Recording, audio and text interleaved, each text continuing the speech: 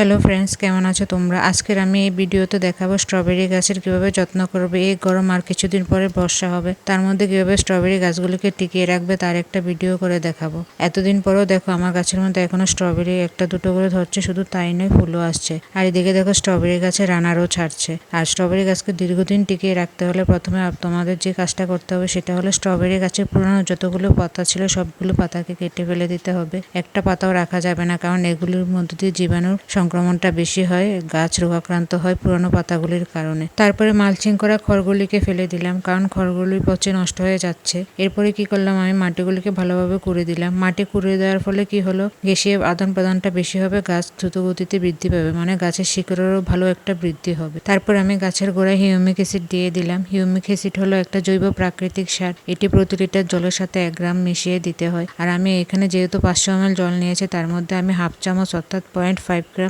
মিশিয়ে দিয়েছি। এতে করে গাছের বৃদ্ধি ত্বরান্বিত হবে, শুধু তাই নয় গাছের শিকড়ের বৃদ্ধি দ্রুত গতিতে হবে, গাছও রানার ছাড়বে, অনেকদিন বেঁচেও থাকবে গাছগুলি।